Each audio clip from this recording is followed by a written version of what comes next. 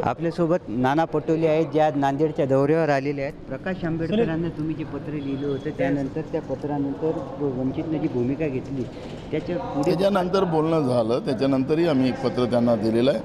30 तारखेला प्रकाश आंबेडकरजी नाही तर त्यांचे प्रतिनिधी मिटिंगला येतील आणि प्रकाश आंबेडकरजी अलायन्सबरोबर आमच्या ते राहतील, कारण की त्यांची लढाईसुद्धा ती संविधानाला वाचवण्यासाठी आहे.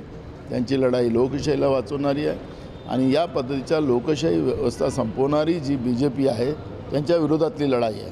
त्यामुळे आमचा विश्वास आहे की प्रकाश आंबेडकरजी हे आघाडीबरोबर राहतील. मराठा आरक्षणाचा अध्यादेशाला नारायण राणे यांनी विरोध केलेला आहे. खरं तर या सरकारने OBC आणि मराठा या दोन्ही समाजाला फसवलेलं आहे. एकीकडे सांगायचं OBCच्या आरक्षणाला धक्का नाही लावणार, एकीकडे या पद्धतीचे नाते पोत्यांना सगळ्यांना प्रमाणपत्र देण्याचं सरकारने मान्य केलं. आखरी सरकारला काय करायचं आहे ते स्पष्टता जनतेसमोर त्यांनी मांडली पाहिजे. या पद्धतीचा अध्यादेश निर्माण करून दोन्ही समाजामध्ये संभ्रम निर्माण केला गेलेला आहे आणि दोन्ही समाजाला फसवण्याचं काम महाराष्ट्रात BJP प्रणित येड्याचं सरकार करते आहे आणि म्हणून सरकारने याचं स्पष्टीकरण दिलं पाहिजे. ही भूमिका काँग्रेस पक्षाची आहे.